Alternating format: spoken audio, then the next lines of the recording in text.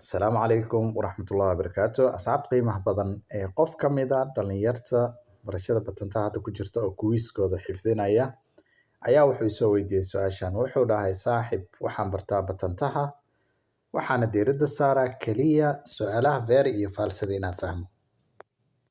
Okay, waa talo fiican very iyo falsada oo saxda ah inaad fahantid sida maxaa la yirahdaa ugu wanaagsan inaad ugu jawaabtid. Laakiin waxaa kaloo muhiim ah inaad baratid signalka ama su-aashaas macnaheeda, sababtoo ah kuwiiska wuxuu ku anfacayaa keliya maalinta imtixaanka aad marayso si 30 su-aalood aad uga jawaabto ama aad u baasto, balse practiga inaad wax walba macnahooda fahanto for all your life uu ku anfacaya noloshaada oo dhan. Sababtoo ah laamiga markaa saaran tahay signal kasta iyo calaamad kasta oo kaa hor imaato sidaad usoo baratay inaa maxaa la yirahdaa ugu dhaqantaa la rabaa. Okay, marka very iyo false keliya inaa maxaa la yirahdaa jawaabaha aad siiso imtixaankay kuu fududeynaysaa, balse waxaa qasaba wixii macnahooda inaad fahantaan.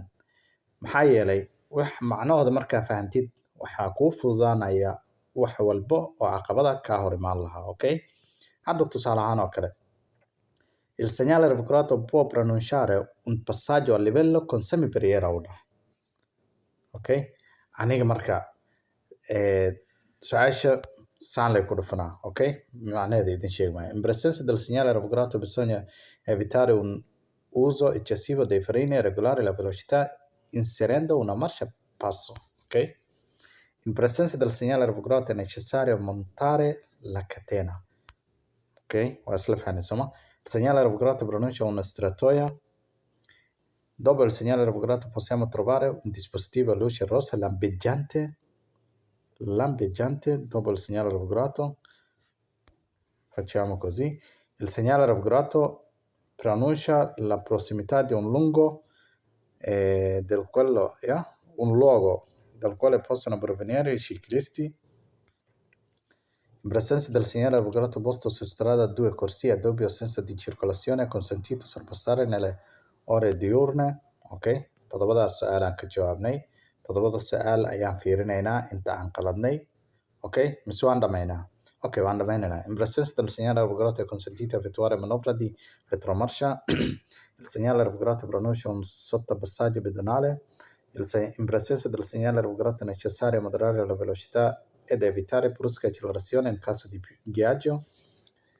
Il segnale raffigurato pronuncia lo sbocco della strada sull'argine di un canale. In presenza del segnale raffigurato è necessario rallentare solo se provengono veicoli del senso opposto. Il segnale raffigurato impone di dare la precedenza ai veicoli della polizia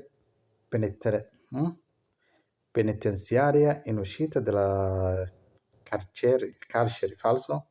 In presenza del segnale raffigurato è necessario moderare la velocità. Il segnale raffigurato pronuncia un cavalcavia. Il segnale raffigurato pronuncia una zona riservata alla pascola con divieto di transito a veicolo a motore. In presenza del segnale raffigurato è necessario tenere saldamente il volante per controllare possibili sbandamenti. Il segnale raffigurato indica di disporre su 2 file. Il segnale raffigurato pronuncia un tratto di strada interrotto per alluvione. Il segnale raffigurato pronuncia un tratto di strada che potrebbe allagarsi in caso di forti piogge. Il segnale raffigurato pronuncia un sorpasso pedonale. Un sovrappasso pedonale. Il segnale raffigurato pronuncia un'isola di pedonale. Il segnale raffigurato è posto di norma a 5 metri dall'inizio della curva.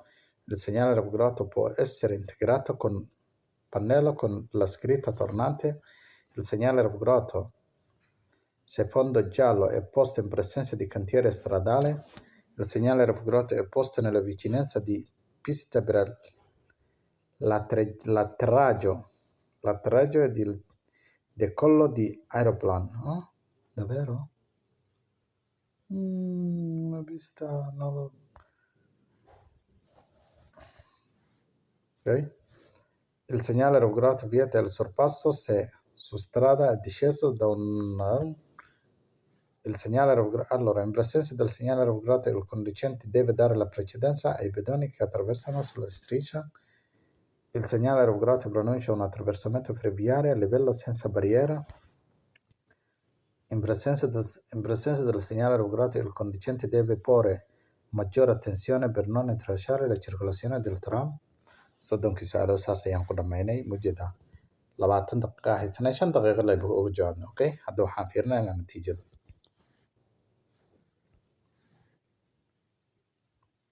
laba su'aalood ayaan qaladnay imtixaankina saas ayaan ku baasnay ma aragtin marka qofka hadduu keliya uu xifdiyo il segnale aerografico pronuncia un'isola pedonale falsa ahead ani vera dhahay.